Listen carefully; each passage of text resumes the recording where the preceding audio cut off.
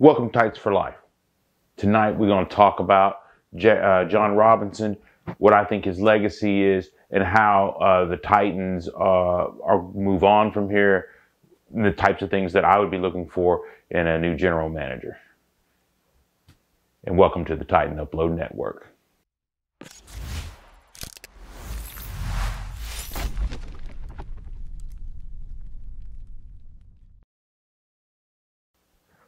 Hello, my name is James, aka Titans for Life, and you're watching the Titans for Life YouTube channel on a member of the Titan Upload Network. And I want to remind everybody on this channel, you know, we keep it real, but we also be nice. We're nice to one another. If someone doesn't understand something or whatever, just please be nice about it in the comments down below.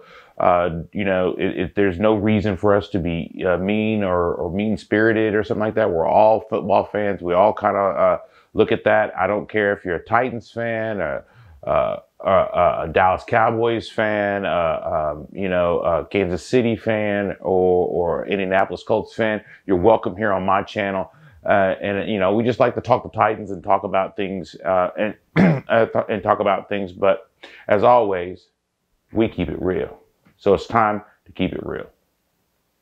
Jon Robinson was let go recently, and I've been, you know, and we broke the news on some of the things about the A.J. Brown trade that kind of got him out the door, and some things that kind of got him fired by Amy Adams and A. Adam Strunk, and let me explain. You know, a lot of people took that as kind of like us giving an indictment of Jon Robinson. Jon Robinson's that's not an indictment on him. It's mistakes that were made in your course of your career, at any career that you do. Anytime you're trying to do better and better and better, and try to do more and try to take on more responsibility and try to get those things done that need to be done, any time in those types of careers, you're going to end up making mistakes. Some mistakes are fairly fatal to your career at that organization, but may not cost you your career totally. It just may be over at that organization. And that's what I think happened with this particular, in this particular set of situations, circumstances that surrounding Jon Robinson. But a lot of people have been kind of dogging Jon Robinson, you know, talking about how horrible he was, how terrible he was, and that he just was a horrible general manager. And, you know, and that right there, I have to say, I 100% disagree. He was not a terrible general manager. He was not a horrible general manager. He wasn't even in the top 10 bad general managers I've ever seen in football, you know, in professional football. He doesn't even rate the top 20 bad managers.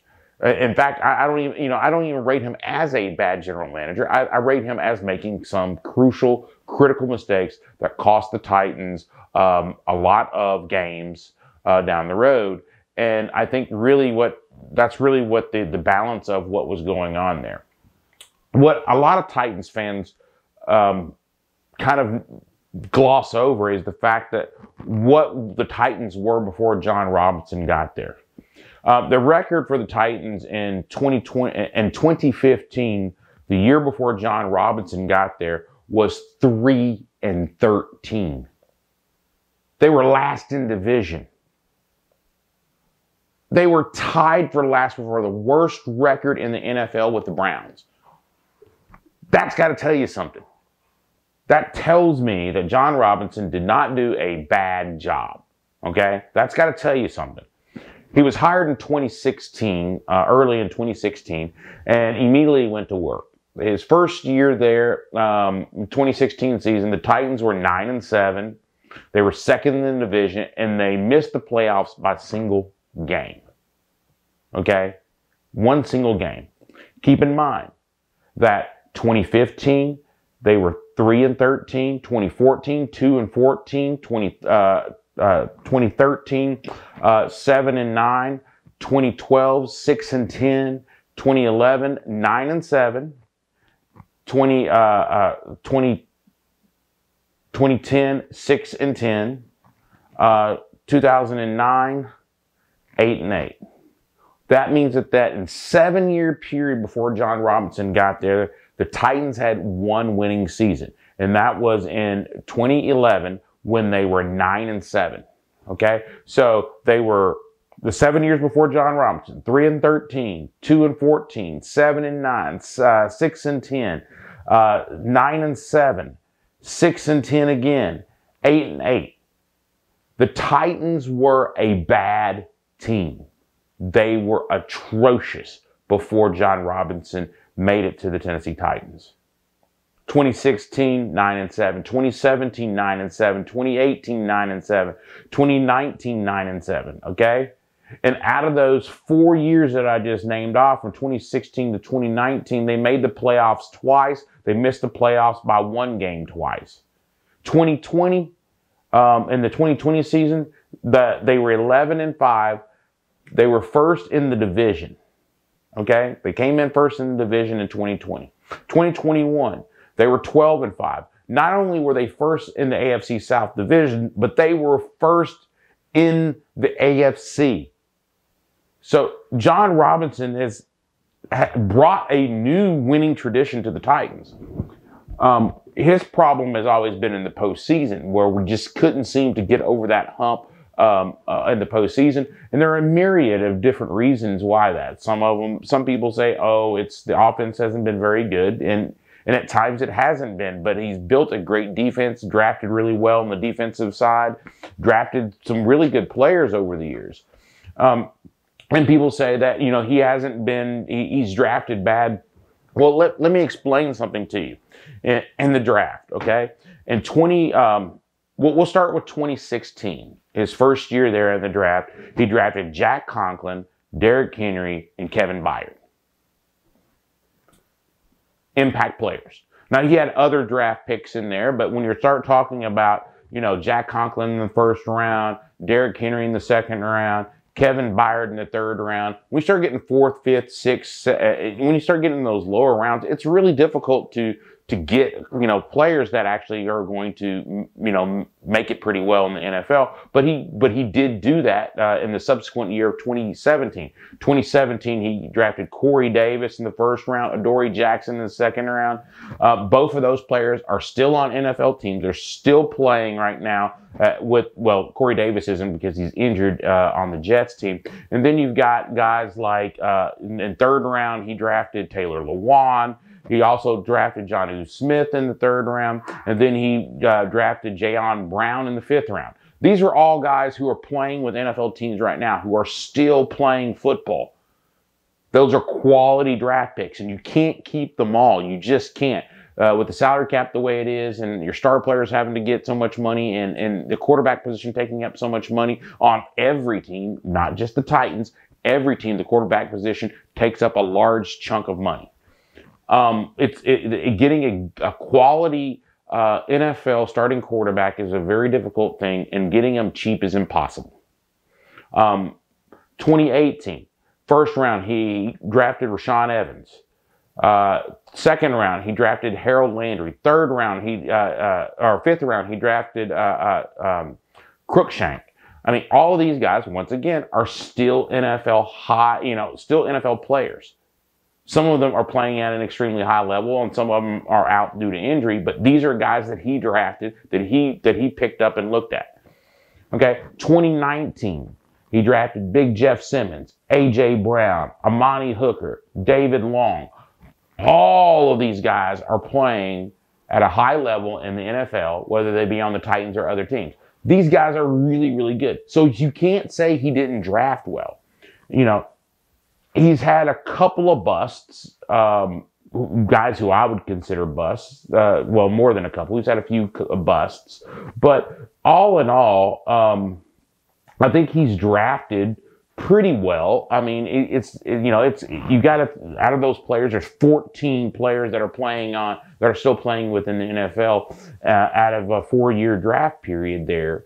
Now, out of the 2021 and 2022, I'm not going to make an assessment on. There's no way to make an assessment on. There's just not enough tape. They haven't had enough time to develop. They haven't had enough time to get used to the NFL and NFL. Now, there are some players out there who you can say, oh, well, he did great, but they're unicorns, okay?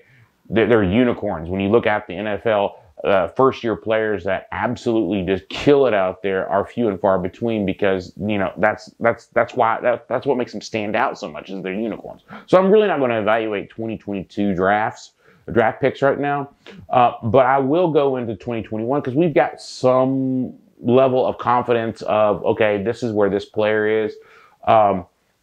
He drafted Caleb Farley in the first round.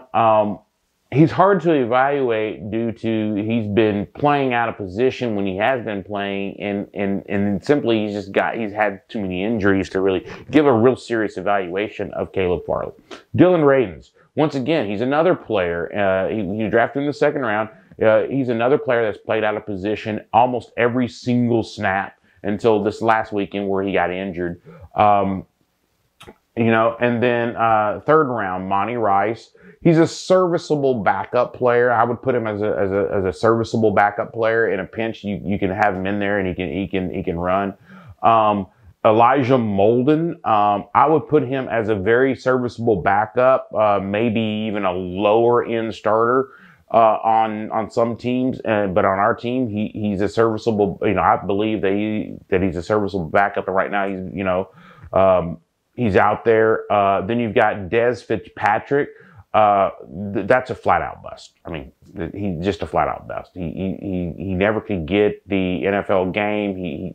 He couldn't understand the routes, the route trees. He couldn't get into the things that you have to be a professional athlete. You can't just go out there and just out athlete everybody, because everybody in the NFL is a great athlete. Rashad Weaver. I really think Rashad Weaver needs some development. But right now he'll do in a pinch at outside linebacker. I think he's a quality backup player that when you need him in a pinch. Racey McMath. Really, I don't think there's enough information for a good evaluation of Racey, because he's been injured a lot since being drafted. He does not have a whole lot of game time snaps, but I do think that Racey's got to show something soon, because if he doesn't, I think his window with the Titans is closing, because simply he's been injured and out a lot. Brady Breeze, he's another guy that was drafted. He was drafted in the 6th round by the Titans. He went on to the Detroit, and I believe, if I'm not mistaken, he's out of the league now. So all in all, you have really a lot of players here that have been drafted over the last few years who I think are pretty good players, or even great players. So he hasn't drafted terrible. He just hasn't hit on every single player that he's drafted on. So I really think that the Titans, we got to give him his due. He brought a losing team, a team who perennially was in the absolute worst of the NFL, to a team that was respectable at 9-7, 9-7 for 4 years, to a team that won the division, to a team that won the conference, to a team that is contending right now to win the division again.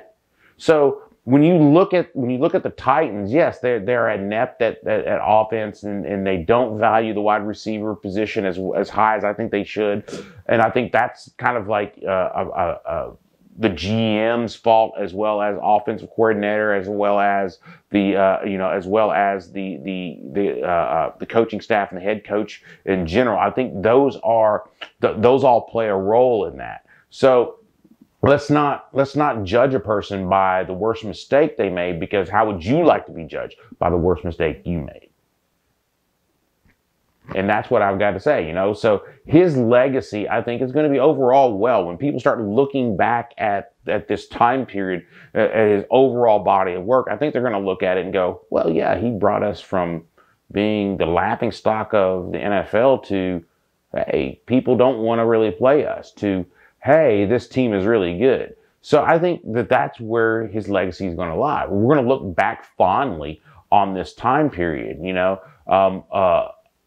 in my opinion, that Titans fans will look fondly upon this in 2 or 3 years and go, you know, this was the start of something great, or this was the end of something great. That's where I think, you know, depending on who the next GM does and how well the team does over the next 3-4 years, it's either going to be the start of something great, where he brought us to as far as, you know, everyone thought he could bring us, and then we went on. Or it's going to be one of those situations where, you know, he brought us to here and then we regressed. So, you know, I don't think that there's a lot of middle ground where he brought us here and we've kind of stayed here. I think it's either going to be the Titans are going to be better or they're going to get worse from this point on. So Jon Robinson's legacy with the Titans is, well, he left us better than when he found us.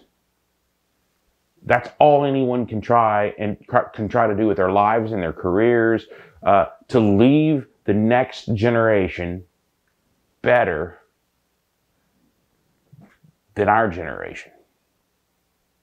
So, you know, and if everybody did that and everything that they did, whether it be, you know, digging ditches, whether it be cleaning toilets or whatever, if you leave your family better off than when you started, than when you personally started, you've got a great legacy. And that's keeping it real.